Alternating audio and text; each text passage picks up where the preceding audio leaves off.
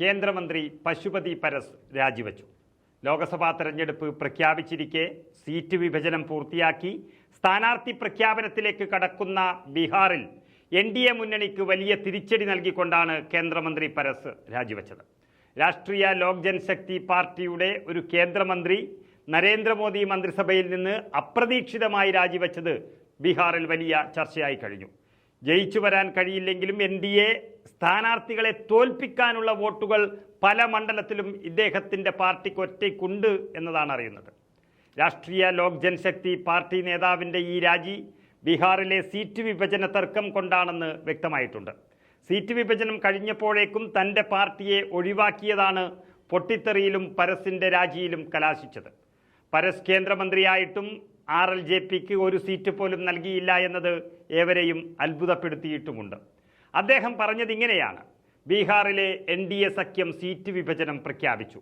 പ്രധാനമന്ത്രി നരേന്ദ്രമോദിയോട് നന്ദിയുണ്ട്. ഞാനും എൻ്റെ പാർട്ടിയും അനീതി നേരിട്ടിരിക്കുന്നു.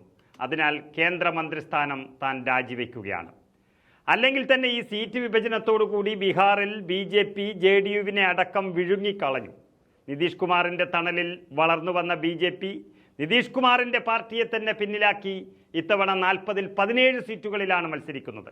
സംസ്ഥാനത്തെ 40 ലോക്സഭാ മണ്ഡലങ്ങളിൽ BJP 17ഉം Janata Dal U 16ഉം Lok Janshakti party അതായത് രാംവിലാസ് പാസ്വാന്റെ മകൻ്റെ പാർട്ടി 5ഉം ഹിന്ദുസ്ഥാനി അവാം മോർച്ചയും രാഷ്ട്രീയ ലോക് മഞ്ചും ഓരോ സീറ്റും എന്നിങ്ങനെയാണ് ബീഹാറിൽ മത്സരിക്കുന്നത്.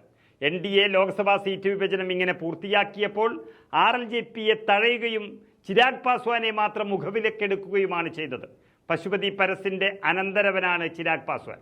രാംവിലാസ് പാസ്വാന്റെ വിശ്വസ്തനായ താനോ അല്ല മകനായ ചിരാഗ് പാസ്വാനാണോ ഇത്തവണ കഴിവ് തെളിയിക്കുന്നത് എന്ന് നമുക്ക് കാണാം എന്നൊരു വെല്ലുവിളിയോടുകൂടിയാണ് പശുപതി പരസ് ഈ രാജി സമർപ്പിച്ചിരിക്കുന്നത്. ഏതായാലും അദ്ദേഹം ഇന്ത്യ മുന്നണിയിലേക്ക് പോകും എന്ന് ഉറപ്പായി കഴിഞ്ഞു.